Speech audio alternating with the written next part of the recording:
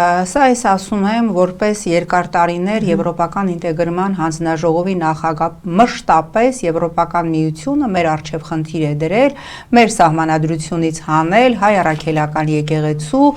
բացառիկ կարգավիճակի մասին դրույթը։ Կրկնում եմ, Եվրոպական միությունը մշտապես մեզանից պահանջել է փոփոխություն կատարել սահմանադրության մեջ եւ հանել հայ առաքելական եկեղեցու բացառիկ կարգավիճակի մասին դրույթը։ Այս ամենը, ինչ որ արվում է եւ արվելու է հայ առաքելական եկեղեցու հանդեպ, միանշանակ ունենալու է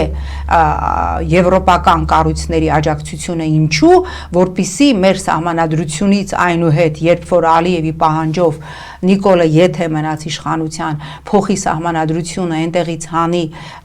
անկախության հռչակագիրը, զուգահեռաբար հանվելու է եւս այս պահին երկու դրույթ՝ հայ առաքելական եկեղեցու բացառիկության բացառիկ կարգավիճակի մասին դրույթը եւ հանվելու է ձևակերպում, որը կրկին ԵՄ պահանջներից մեկն էր, որ ընտանիքը դա տղամարդու եւ կնոջ միջև միավորումն է,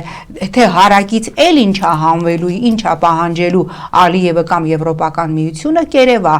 նպատակը մեկն է, որ հայ առաքելական եկեղեցին իրավական առումով ունենա նույն կարգավիճակը, օրինակ ինչպես կյանքի խոսքը, Եհովայի վկաները կամ շատ ավելի վատ սատանիստական կամ ինցեստ քարոզող որևէ կրոնական խմբակ, այնպես որ այս գրոհը